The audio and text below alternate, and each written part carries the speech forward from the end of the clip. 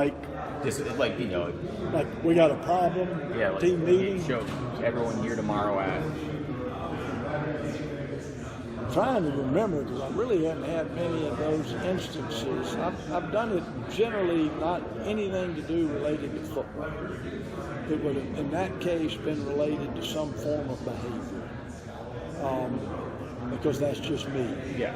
I'm not going to push panic buttons in the football end of it, and I'm not really going to push panic buttons, but there's a time you bring everybody in and say, and the first one I did at Duke, it's pretty funny.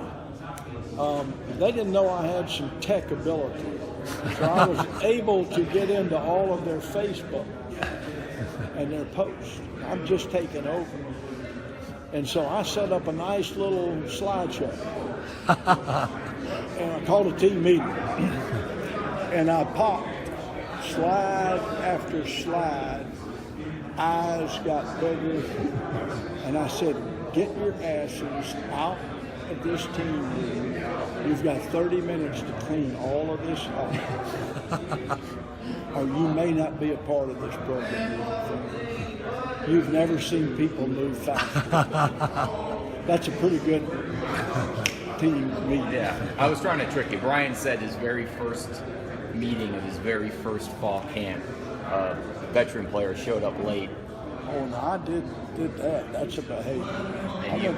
And you waited for him to come in, and everyone sat there, and then you told him to come back at 4 a.m. the next day. I can go volatile on behavior. People ask all the time, because we're a morning practice team, what do I do if they're late? And I said, rarely are they dumb enough to be late. We've had a great summer of everybody on time. You know, that's one of the things that I asked our strength staff.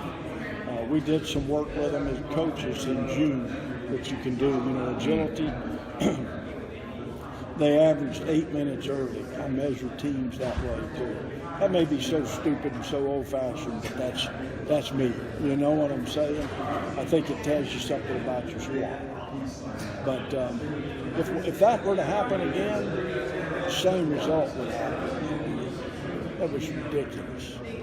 Come on, they're smart guys. They wouldn't be at Duke, right? Don't tell me you didn't know. I don't even go there. I don't ever want to hear that. You didn't know? Really? We got a former Duke player, Zach Maritas' software. I was just about to say, that's impossible now. It's impossible. Okay? You know, this is Duke for Duke, man.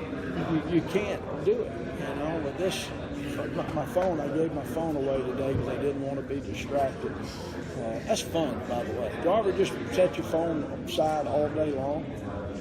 That is so much fun.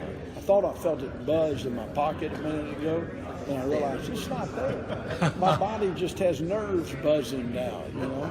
Do you prevent your players from any type of social media, or are you just careful? Inappropriate social media. So basically nothing that your mom would be embarrassed about reading. That's exactly right.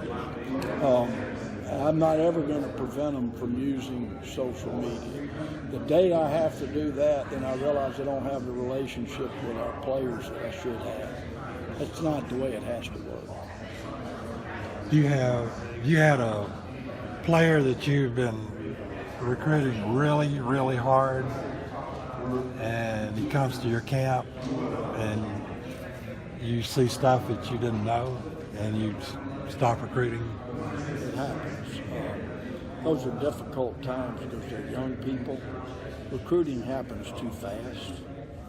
You know, not to get back on that bandwagon, but we got dangerous legislation. You can hurt young people. You can hurt their families. They can hurt you. They can hurt, you know, with no intention. But how do you know enough about a kid that has maximum of 5 semesters in high school? Whether you're offering or not offering or accepting a commitment or not, you understand what I'm saying. So we have gotten the cart in front of the horse. And when other sports have done that, if you'll listen to some of the Olympic sports that kept moving that model up, I talked to our women's lacrosse coach, they're moving it back the other way.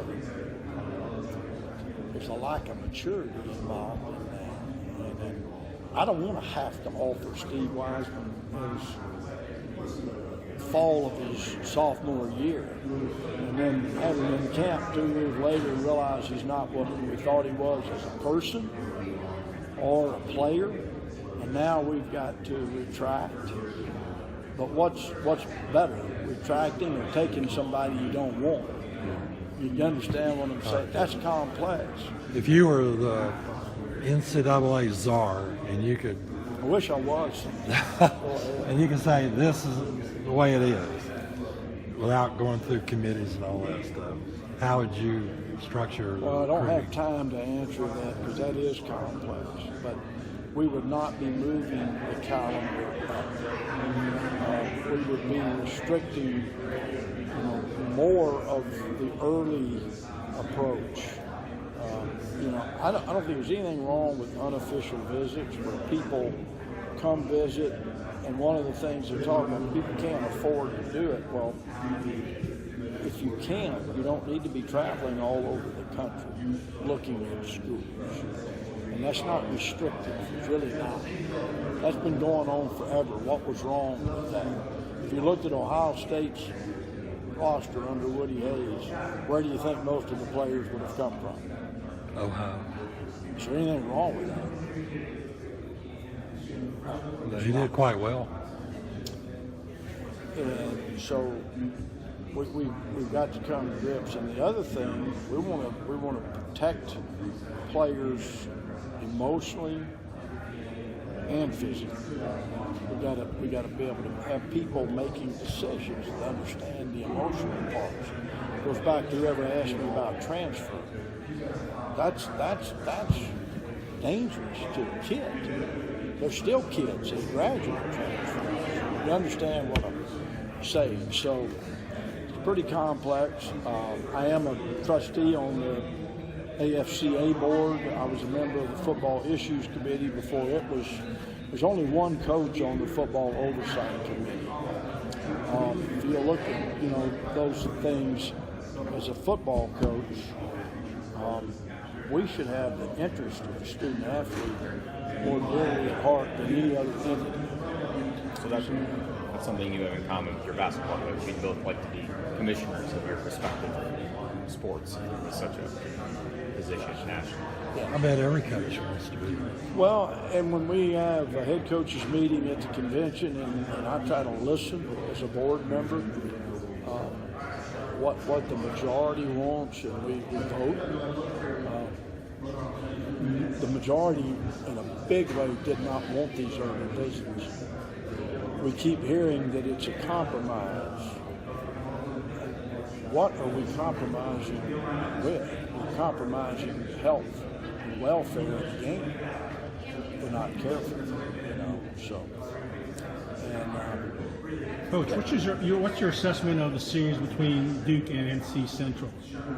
well, Mose Risen was the coach, and I approached him, just thought it would be a healthy thing for Durham, a healthy thing for both institutions. I certainly hope it has been. I wanted to build some community in that regard. That was really important to me.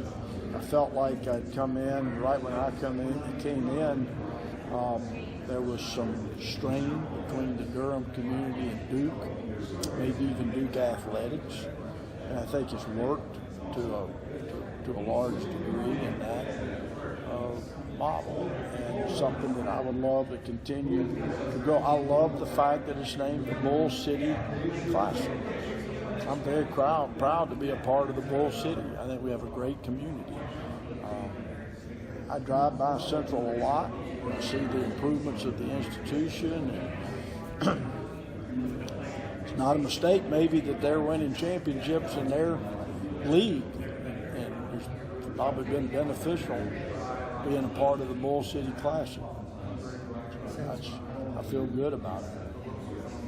Sounds better than the City of Medicine.